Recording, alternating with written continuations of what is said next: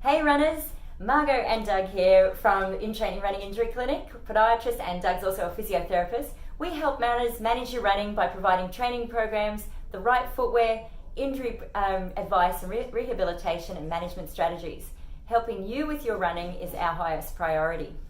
And we're here today to talk to you in particular about ways you can supercharge your running with core strength exercises. Yeah, very important area. So certainly if you're looking to not just get faster but also be you're trying to maintain your running and be injury free, improving your core strength is really crucial for that. So there was a group of runners that they did a big study on not too long ago. Recreational running group, so not novice, not elite runners by any standard, but they did a 5K time trial, recorded everyone's times, and then they split the groups fairly evenly into two separate sections.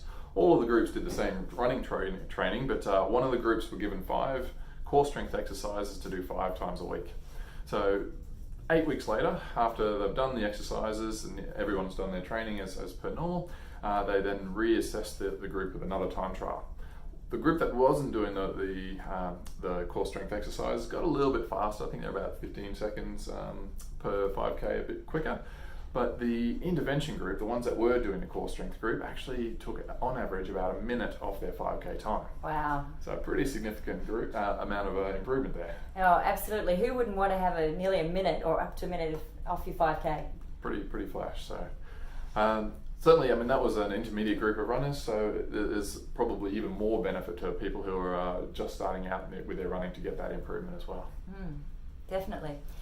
And we used to do running form workshops with everybody, and they're a lot of fun. They were heaps of fun. We will kick them back in again. We'd do a survey and find out what was the one thing that people really wanted to improve, and there were 2 actually.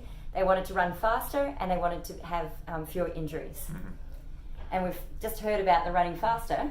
Yeah, well, there's basically a double-edged approach to the whole strength thing as well. So if you think of why people run, it's fitness is, I guess, an important consideration, but apart from the fact that it's fun and you want to get faster, there's a lot of mental health reasons why people do it, stress relief, just getting out of the house, getting away from the family, the wife, the kids, the job, whatever it is. So if you're injured, you're not going to be able to do that. Well, you don't have as much of an excuse, I guess, to be able to get out and do that. So being able to run consistently really helps to maintain both your fitness and stress relief. So you can invest a little bit of time into doing these exercises, you're going to have a much happier home life, I think, as well. Oh, definitely. Certainly, injured runner is like an angry bear. Oh, absolutely. It's often the partner of the runner who's trying to beg me to fix people rather than the runner themselves. Yeah, totally.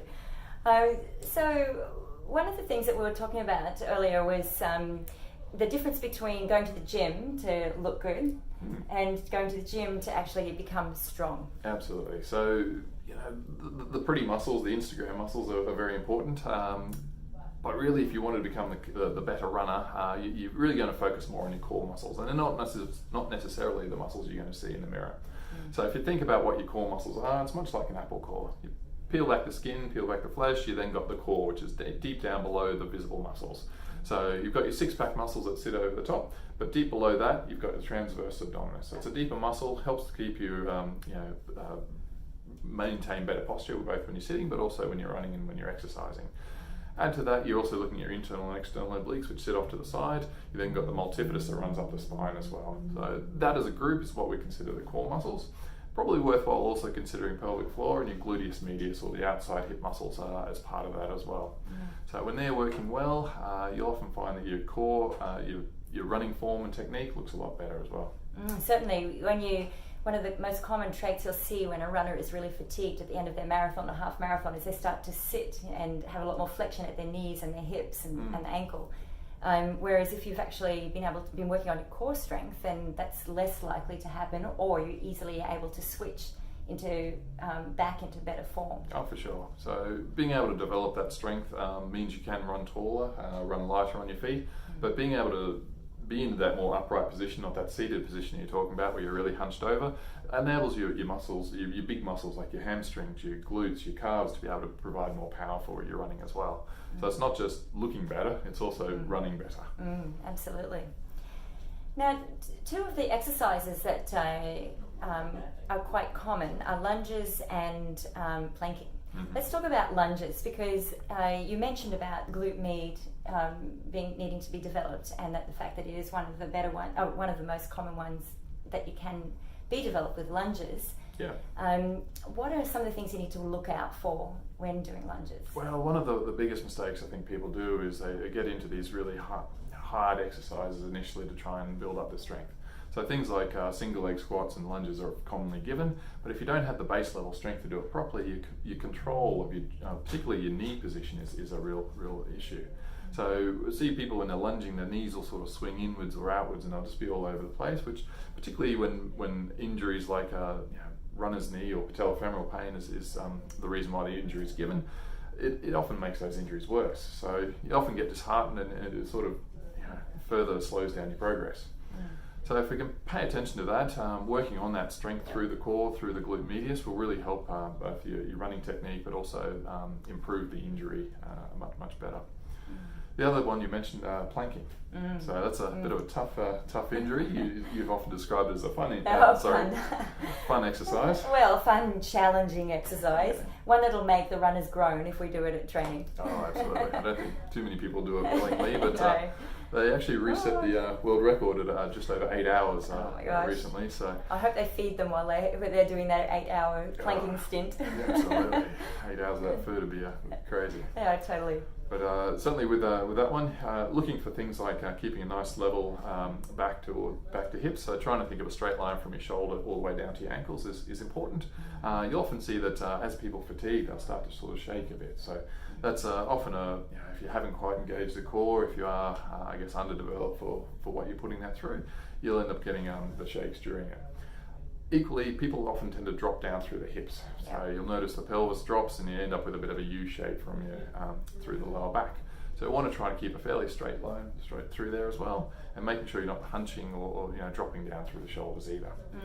When you get the back slump, that can put a lot of pressure on the vertebra too, can't it? Oh, absolutely. And again, this is often an exercise given to try and help things like lower back pain. So if you're flexing too much through the lower back, that can often set things off and stir it up as well. So paying attention to doing the exercise properly is just so important for good use of the exercise. And it's pretty individual based on your biomechanics. So if you and your own strength. So if you feel like you're struggling with the exercises, you're not quite sure, or if you feel as if you're starting to get little niggles after doing those particular exercises, that's when it's really worth coming in and seeing Doug to get a session to actually take you through how to do it correctly based on your personal strength and build. Really. Yeah, absolutely. There's no one size fits all approach, and there's no one size fits all to runners either. We're all comes in all shapes and sizes. Some people are incredibly flexible, others not so. So there's going to be different considerations for each of those runners as to how you're going to put together and do a core workout. So certainly if you can come in, we'll take the time to do a thorough assessment and work out what's going to be right for you. But what we have put together for you is a very simple home program that you can do, because routine, having the core strength, as you'd mentioned earlier from that study that was done with over the 5K time trial, having that regular routine but being able to slot it into your life as easily as possible is pretty important. Yep. So if you click on the link below, that will take you to a home exercise plan that's pretty simple and with some progression that Doug has put together for you. And it will just add to the strength that you get for your running on top of your training. Build strength, get faster. Oh, you bet. I like that. I'm going to use that as a great motto for future. Why not? Well, have you got anything else to add there, Doug? No, that's a lot. So click on the link, get stronger, get faster, and we hope to see you out there running. Yep. See ya.